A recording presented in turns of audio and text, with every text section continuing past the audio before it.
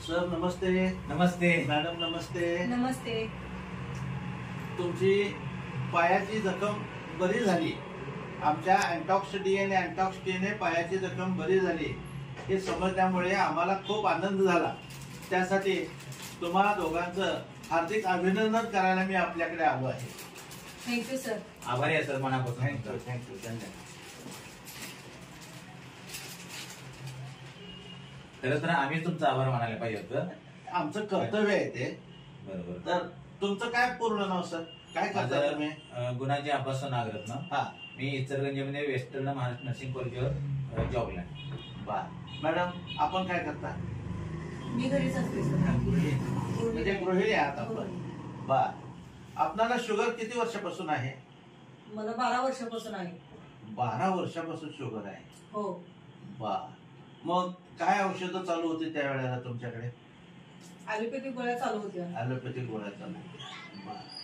मग ही जखम पायाला तुमच्या कशी झाली? चप्पल लागले होतं. हा. आणि त्याच्यामुळे ते फोड उठून हे झालेलं आणि आम्ही बाहेर गेल्यानंतर पावसाचं पाण्याचं इन्फेक्शन झालं. बर. त्यामुळे भरपूर पाय सुजला. बर. आणि त्यामध्ये पस वगैरे झालेला. बर. आम्ही लोकल डॉक्टरकडे दाखवलं. ड्रेसिंग चालू होतं पण त्याने काहीच कमी झालं नाही. बर. मग सर तुम्ही काय निर्णय घेतला या गोष्टीवर? मग ते इन्फेक्शन झाल्यानंतर वाढायली जखम लोकल डॉक्टरांना दाखला 8-10 दिवस सुरू होतं. पण त्या पिरियडमध्ये कमी प्रमाण व्हायचं सोडून जास्तच वाढत होतं. मग आम्ही कोल्हापूरचे एक डॉक्टर सर्जनच्याकडे गेलो. मग त्यांनी बघितल्यानंतर पायाची जखम आणि ते सुजलेलं पाय बघितलं जास्त. त्यांनी काय सांगितलं की ह्या टेस्ट करायला पाहिजे. टेस्ट लिहून दिल्या. 9,000च्या टेस्ट त्या दिवशी केल्या. त्या बघितल्यानंतर ते म्हणजे इन्फेक्शन खूप वाढत चालले वरती पिंपरीकड आणि वरती गुडघ्याकड. त्यामुळं काढावं लागलं. ऑपरेशन करायला लागेल. ऑपरेशन करून त्यातले ज्या गाठी असतात त्या काढायला लागतात इन्फेक्शनच्या शुगरमुळे. आणि त्या गाठीचे पर्याय नाही. नंतर पाय काढायला लागेल. आम्ही तो निर्णय घेतला. ऑपरेशन केलं. जवळजवळ टाचेपासून अंगठ्यापर्यंत पाय फाडला. आणि फाडल्यानंतर मग 4 दिवस आपण तिथं राहायला सांगितलं. दुसऱ्या दिवशी सकाळी लगेच त्यात बॅक्टेरिया तयार झाला. मला काय माहित नव्हतं बॅक्टेरिया कसा असतो काय आहे. मग ते म्हणजे पांढरा डाग त्या जखमेत कसं काय दिसतंय. डॉक्टर काय म्हणले ते बॅक्टेरिया 24 तासामध्ये होते. म्हणजे हे शुगरमुळे इन्फेक्शन होतंय ते. पण ते काढायचं म्हणलं तर त्याला मशीनची गरज लागते. मशीननं ती घाण सगळी पाण्यासारखी अशी पातळ पाणी असं वगैरे निघते त्यातनं. ते तिथं मशीन उपलब्ध नसल्यामुळे ते बाहेरून मागवलं सांगलीवरून. आणि ते मशीन लावलं त्याला आणि त्यातनं घाण येत होती. पण त्याचा दिवसाची फी होती दिवसाची 2,000 रुपये. असं 5 दिवस लावलं. 10 दिवस लावायला सांगितलं त्यांनी. 5 दिवस लावलं. 5 दिवसात बऱ्यापैकी निघाली. पण पैशाचा प्रॉब्लेम असल्यामुळे आम्ही कंटिन्यू काही केलं नाही. डिस्चार्ज घेतो म्हणले म्हणून सांगितलं. त्यानंतर म्हणले डिस्चार्ज घ्या पण पाय 3 महिने टेकायचं नाही. पाय 3 महिन्यात जर टेकला कधी तर शरीराचं ओझं पडून परत पायाची जखम हाकणार ती आणि जास्त होणार बळवणार. आणि बळवलं तर परत लवकर बरी होणार नाही. पाय काढावं लागेल. मग तो आम्ही तसंच प्रयत्न केला. वाकरचा वापर 3 महिने केला. जखम बरी होत आली. अंगठ्यापर्यंत जखम बरी झाली. पण अंगठ्याजवळ जी जखम राहिली ती 4 वर्षे बरीच होत नव्हती. त्यासाठी ॲलोपॅथिक गोळ्या होत्या. आयुर्वेदिक टॅबलेट वापरले. आयुर्वेदिक चूर्ण वापरले. ज्यूस वापरले. पण त्याच्यावर काही इफेक्ट जरा पण होत नव्हता. शुगर होत होती. सर तुम्हाला या सगळ्या गोष्टीचा खूप मनस्ताप झाला? मनस्ताप खूप झाला. मला असं तर वाटत होतं पूर्ण आमच्या कुटुंबाला त्रास झाला की हिच्याकडे बघितलं की सारखं. आणि घरातून चालताना पण रक्त पडायचं. बाहेर चाललं तर जास्तच रक्त पडायचं. असं रक्त पडत होतं. ते रोज आपल्याला फरशीनं पुसायला लागायचं. तुम्ही आयुर्वेदाकडे का वळला नाही त्यावेळेला? आयुर्वेदिक म्हणजे असे झाडपाल्यात वगैरे ज्यूस वगैरे बऱ्याच ठिकाणी आपण घेतच होतो. म्हणजे कमतरता त्यात काय भासू दिली नाही. पण त्यानं काय तसं म्हणजे जास्त म्हणजे त्याच्यातनं इफेक्ट जाणवतच नव्हता. मग तुम्हाला आमच्या अँटॉक्स डी आणि अँटॉक्स टी ची माहिती कशी मिळाली?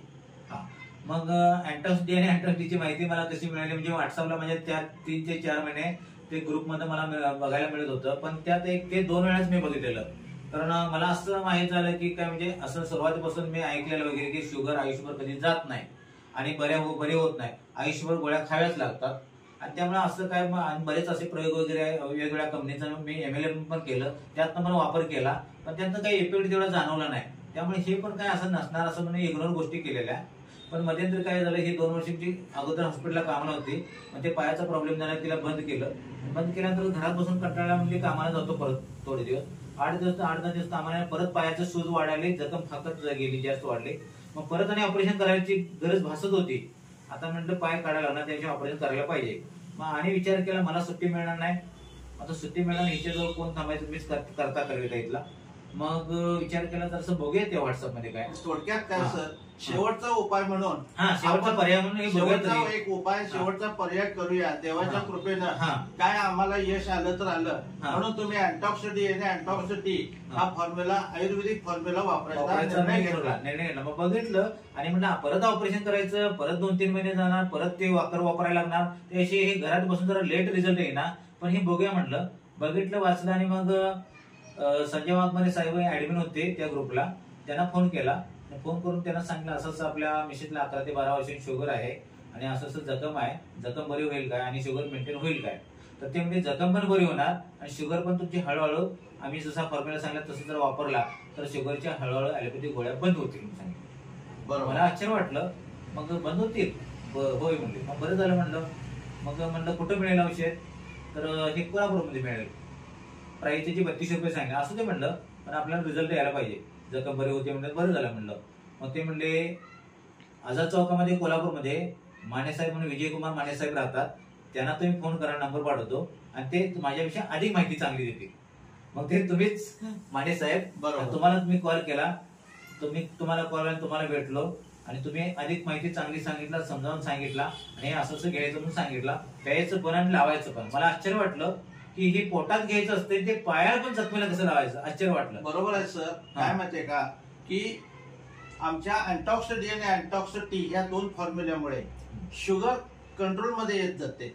शुगर जसजशी कंट्रोलमध्ये येईल, शुगरची लेवल जसजशी खाली येत जाईल, तसतसे तुमची जखम बरी व्हायला फार चांगली मदत होते. त्याचबरोबर हेच